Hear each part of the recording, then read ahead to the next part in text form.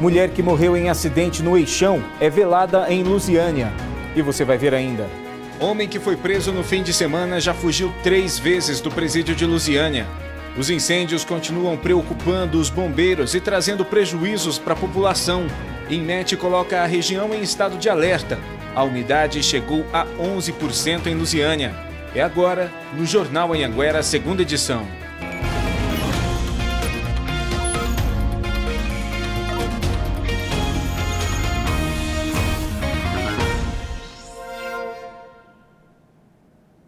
Olá, boa noite. Está sendo velado aqui em Lusiânia o corpo de uma das vítimas do acidente de carro que aconteceu no sábado em Brasília.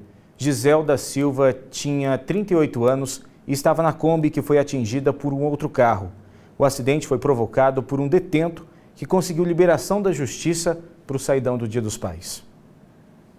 O corpo de Giselda Silva está sendo velado nesta capela em Lusiânia. A morte trágica da filha caçula de seu José gerou muita indignação. Ela vinha vindo do trabalho, cara. Ela vinha saindo do trabalho. Uma coisa que não aguenta, velho. Minha filha é mais nova. O acidente foi no Eixão Sul, em Brasília.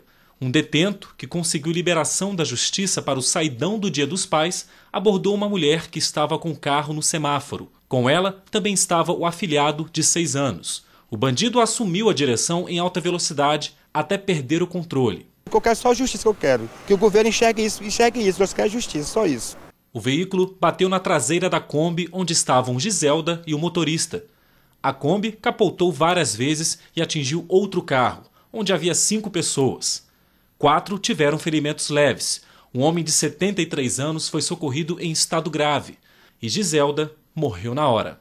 A Giselda estava voltando do trabalho de carona com um amigo que também morreu no acidente. O nome dele era Márcio Barbosa de Oliveira e tinha 52 anos. Giselda era viúva e morava no Jardim Gá com os 2 filhos, uma menina de 15 anos e um bebê de apenas 1 ano. Os irmãos dela não se conformam. Enquanto o governo soltou um bandido, entendeu? Para ver pai, meu pai perdeu a filha dele no dia do aniversário dele. O corpo de Giselda Silva vai ser enterrado amanhã no cemitério Jardim da Consolação, em Lusiânia.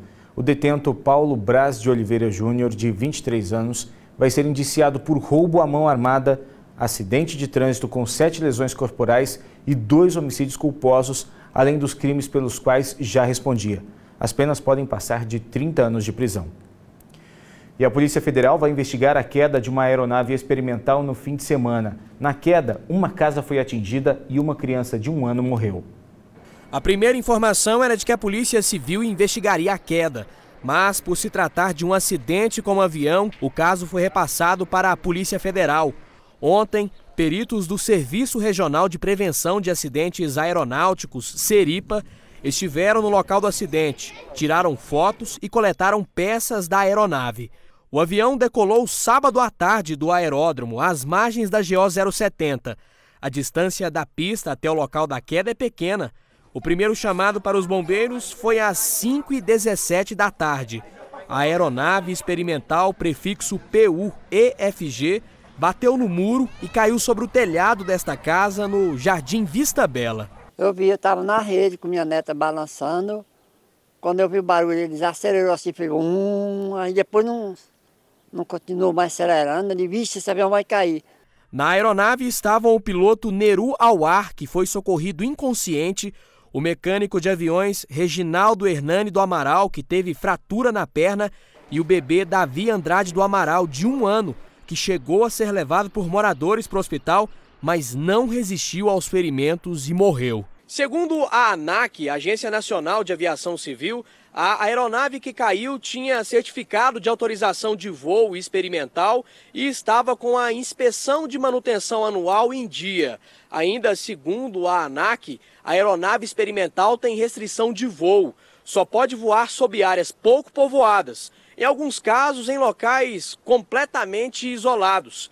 Esse tipo de aeronave normalmente é usada para lazer ou para experimentar novos conceitos. Moradores do Jardim Vista Bela dizem que sempre tem avião passando perto das casas. Ele sai em cima das casas aqui, isso é um perigo, isso é A prova está aqui agora. As famílias não permitiram o hospital a divulgar o estado de saúde do piloto e do mecânico que estavam na aeronave. A polícia já tem um suspeito de ter atirado contra clientes de um bar no setor sudoeste no fim de semana. As investigações apontam que o atirador seja um cliente que saiu insatisfeito do local. O homem pode responder por tentativa de homicídio.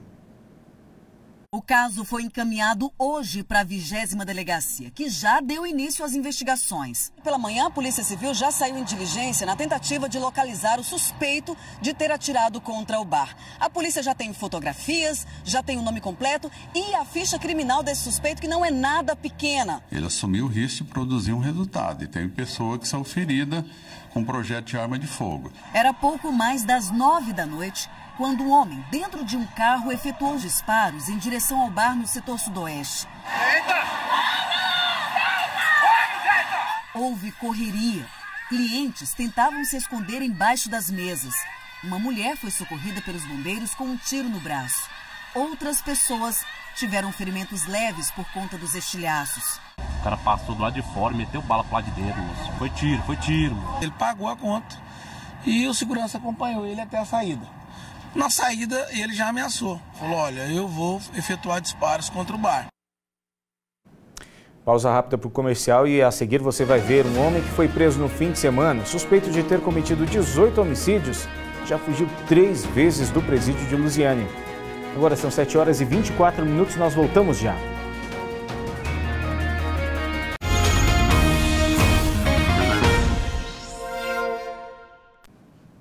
O homem preso no fim de semana, que segundo a polícia é suspeito de ter cometido 18 homicídios na região, já fugiu pelo menos 3 vezes do presídio de Lusiânia. O foragido, segundo a polícia, se escondia nesta casa perto do centro de Lusiânia. Porque eu não sabia se era Alisson Cardoso Mendonça tinha 3 mandados de prisão em aberto e uma extensa ficha criminal. Ele foi preso durante um patrulhamento de rotina. Eles estavam circulando aqui na cidade em um estado de suspeição com mais 3 elementos dentro de um veículo. Então, os policiais, ao avistarem esse veículo, começaram a fazer o cerco, né? Então, quando eles notaram que estavam sendo seguidos, eles adentraram uma residência, os policiais foram atrás e logo em seguida, quando eles perceberam que esses elementos começaram a pular muros, foi feito o cerco na região e culminou com a prisão do Alisson, vulgo Faustão. Alisson é suspeito de ter cometido pelo menos 18 assassinatos, não só aqui em Goiás, mas também em outros estados, como Minas Gerais. Aqui em Lusiânia, ele fugiu 3 vezes do presídio. Com ele foi preso ainda Ramon Miranda Cardoso, que tem passagens pela polícia por roubos e furtos. Na casa onde eles estavam, foi apreendido um carro roubado na semana passada, celulares, drogas e dinheiro. Ramon Miranda Cardoso pagou fiança de R$3.000 e foi solto. Alisson Cardoso Mendonça permanece preso.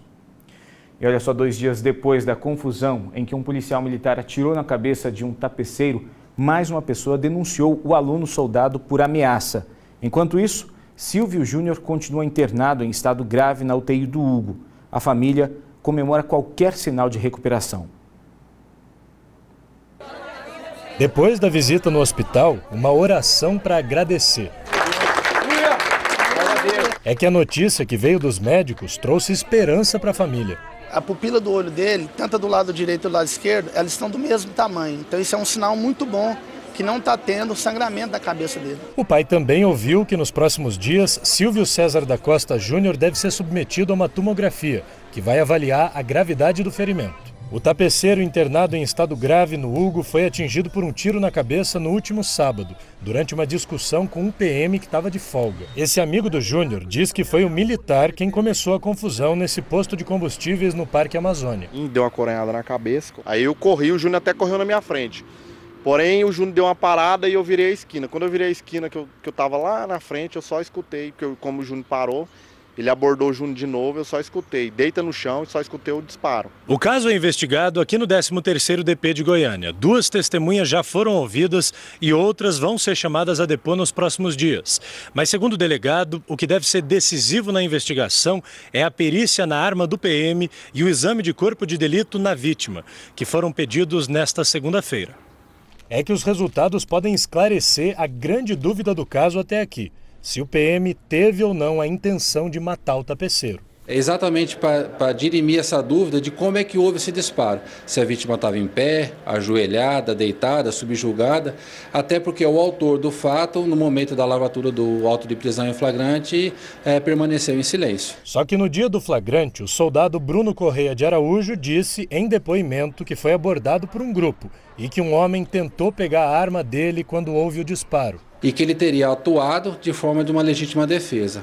Mas o seu relatório médico aponta exatamente ao contrário, que ele não sofreu nenhum tipo de lesão. Depois que o caso foi noticiado, este vigilante conversou com a nossa equipe e garantiu que já teve problemas com o mesmo policial militar. Hoje ele registrou a ocorrência. Estava no bar perto do shopping e um policial, dizem que é aluno soldado da Polícia Militar, cheguei perto e já tirou a pistola e ficou me mostrando essa pistola. Estava bem alterado. A Polícia Militar disse que foi instaurado hoje um inquérito para apurar o porquê do militar, mesmo no horário de folga, estar com uma arma da corporação e disse que será apurada a autoria da materialidade e a conduta do policial. Nossa produção não conseguiu falar com a defesa do policial militar Bruno Correia, que está preso em um quartel da Polícia Militar. A Polícia Civil tem até 10 dias para encerrar esse inquérito. Em instantes, um fogo destruiu parte de um ferro velho aqui em Lusiânia. E vamos falar desse tempo seco. A umidade relativa do ar tem ficado abaixo dos 15%. Agora 7h31, nós voltamos já.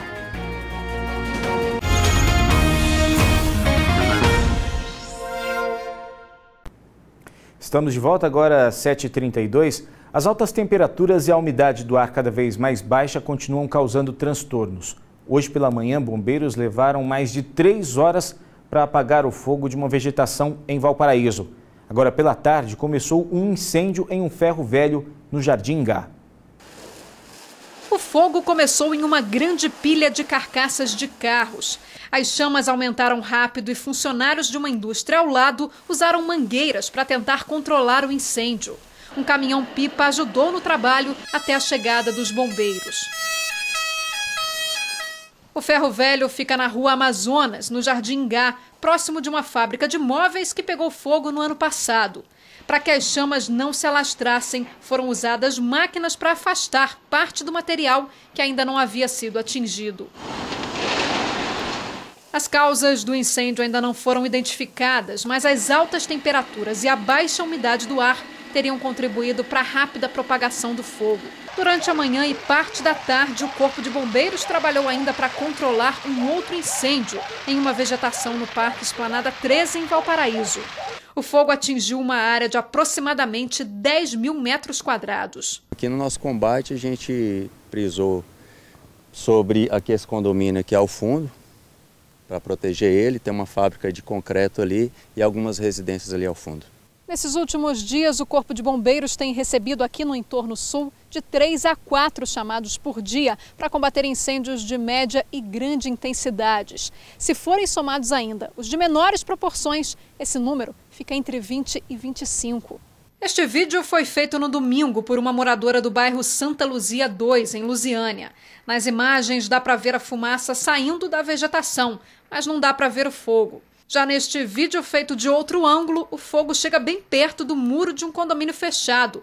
Um perigo para os moradores. O pessoal costuma colocar muito lixo aqui e joga fogo. E aí o fogo no lixo passou para a vegetação e deu no que deu aqui.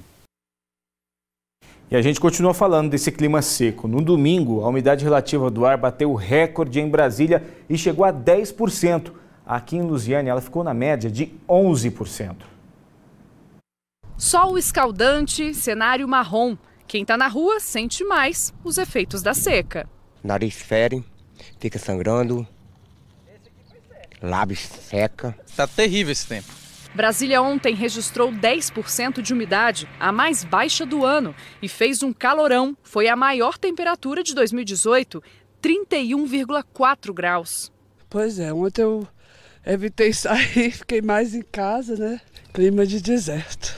E hoje a dose vai se repetir. O INMET já deu o aviso vermelho. A partir do meio-dia, a umidade em alguns pontos do DF pode ficar abaixo de 12%. É que uma grande massa de ar quente e seco está parada na atmosfera, o que dá para notar pelo céu de brigadeiro, sem nuvens. E é por isso também que na madrugada de hoje fez mais frio. À noite não tem nuvens. Como as nuvens funcionam como um cobertor da atmosfera, toda a radiação que é acumulada é perdida, por isso que esfria tanto. Mas quando o sol nasce, começa a esquentar e as temperaturas se elevam. Por isso que a gente tem a chamada amplitude térmica tão alta. Mínimas, temperaturas mínimas ao amanhecer baixas e máximas no período da tarde bem elevadas. Mas calma, que amanhã, segundo o INMET, tem vento soprando no sentido oeste, que vai empurrar essa bolha mais quente para o Mato Grosso. Aí a gente vai voltar a ter nuvens e quinta ou sexta-feira pode até chover de novo. Mesmo assim, é agora, na seca, que a gente tem que seguir aquelas recomendações de sempre. Tomar bastante água, evitar agora a partir das 10 horas se exercitar. Protetor solar também é importante, né? Enfim, esses cuidados básicos aí. E é o que todo mundo espera, né? Que esse clima seco passe logo e que essa chuva chegue o quanto antes. O J2 de hoje fica por aqui. Para você, uma boa noite, um bom começo de semana. E a gente volta a se ver amanhã. Tchau!